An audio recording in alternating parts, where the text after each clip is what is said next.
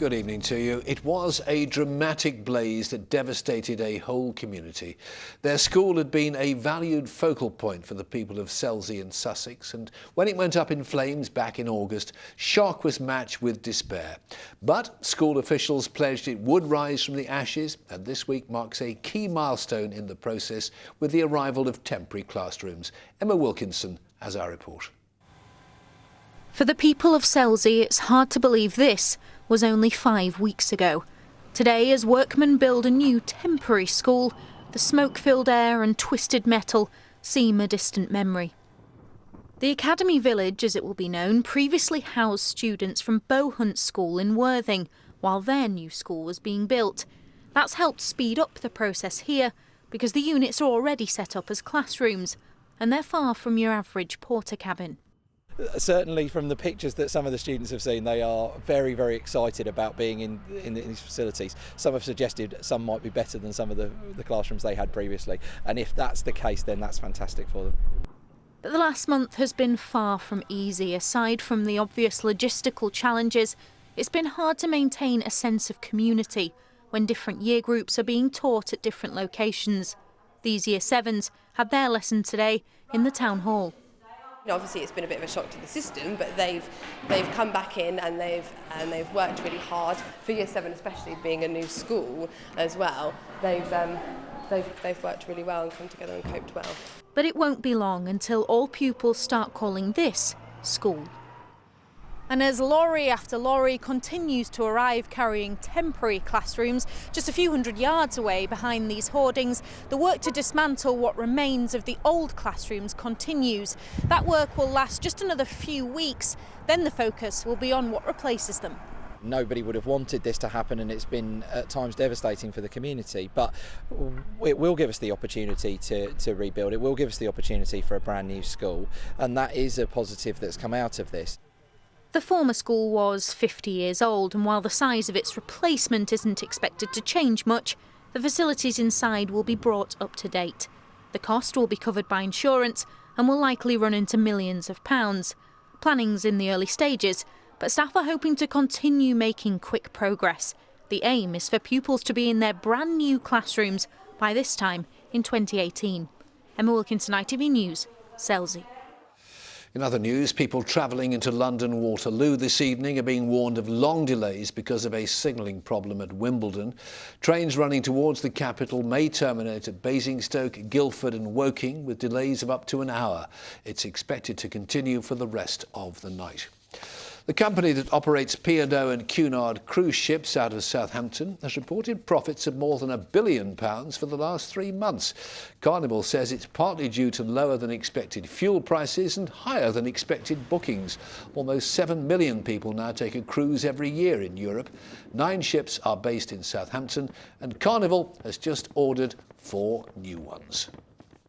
The pool-based company Merlin Attractions has been fined £5 million for the Smiler roller coaster crash at Alton Towers. 2 teenage girls had legs amputated and several others were seriously hurt in the accident in June last year. The company admitted health and safety breaches.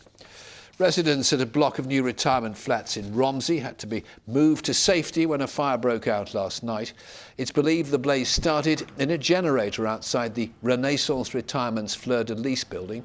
Work had been carried out to make it less noisy, following complaints from people living nearby.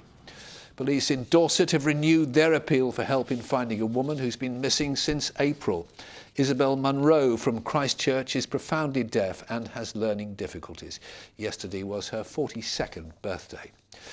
Well, Jeremy Corbyn went back to school today, determined to put education at the heart of his party conference.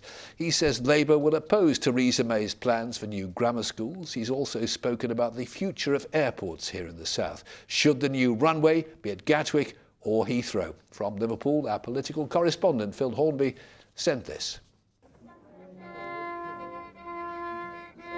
Finally, some harmony in Liverpool. Today they found an issue they all agree on, and they think they're in tune with lots of voters in our region. They don't want more grammar schools. The issue is education. The issue is, what do we do with our schools in the future? Do we love all children or just some of them. I will fight with every breath in my body against the new grammar schools.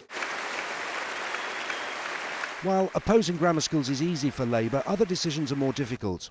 In a marquee on the edge of the conference complex, they were talking about the Great British Takeoff, the announcement expected within weeks of where to build a new runway, Gatwick or Heathrow. Both airports are here making their case. Some people might wonder, what's the point of coming to the Labour conference? Why do you need to get your message across to them? Because they're not the government. Well, it's very important for us that we build a very wide political consensus of support for the runway solution that we've put forward. We think our solution's best for the regions, it's also good for the South East, and it's also the best option when it comes to environmental matters as well. Heathrow is still favourite, but Jeremy Corbyn has his doubts, not least because his closest colleague, Shadow Chancellor John McDonnell, has spent a lifetime fighting Heathrow expansion. There are big questions to be answered. One is how long it would take. Secondly, of course, the alternatives, Gatwick and other alternatives are being looked at. Because John McDonnell has always been fiercely opposed. Indeed, John McDonnell is very strongly opposed to Heathrow. He tells me almost every day. Don't know if it's an omen, but both airports offered cakes and pastries, and in the Great Takeoff Bake-Off, Heathrow won hands down. We should get the result that really matters sometime next month. Phil Hornby, ITV News, Liverpool.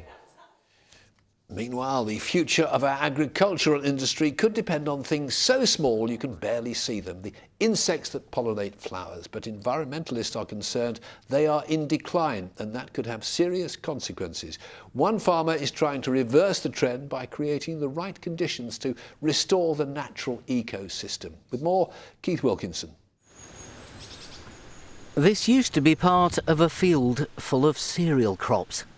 Now, thanks to the farmer Jonathan Boaz, it's a man-made wetland, a haven for wildlife, a place where there are insects vital to the future of the planet, wild pollinators that help plants to grow.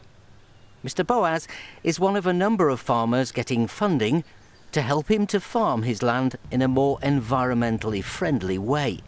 A big contrast to the years when farmers were encouraged to rip out hedgerows and to use vast amounts of agrochemicals.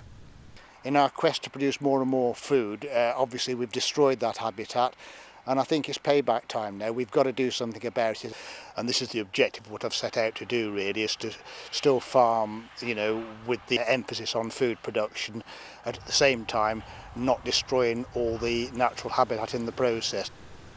Environmentalists like Caroline Coursey applaud what's being done here to bring back nature. Wildlife trusts are worried that there has been a decline in wild pollinators, and they're researching what can be done about it. Basically, pollination is when an insect flies from the male parts of the plant, takes it to the female, and we get a seed. So they're vitally important for most of the flowering plants that we have. In the UK, we've got about 1,500 species that we know are pollinators, and that includes bumblebees, solitary bees, hoverflies, flower beetles, wasps. This farmer says one of his biggest concerns is over the rapid growth in Britain's population and the pressure to build millions of new homes. Will this mean projects like this one will become impossible in the future, with devastating consequences? We are losing so much land, and there'll come a point in time where the need to feed a growing population off a much smaller acreage will start to get quite a serious problem. For now, this little piece of England is a friendly place if you're a pollinating insect. But with the countryside under threat, it could be bad news for them and for us. Keith Wilkinson, ITV News. Well, from the bees in summer to Simon in the autumn. Weather, that is. Here's his forecast.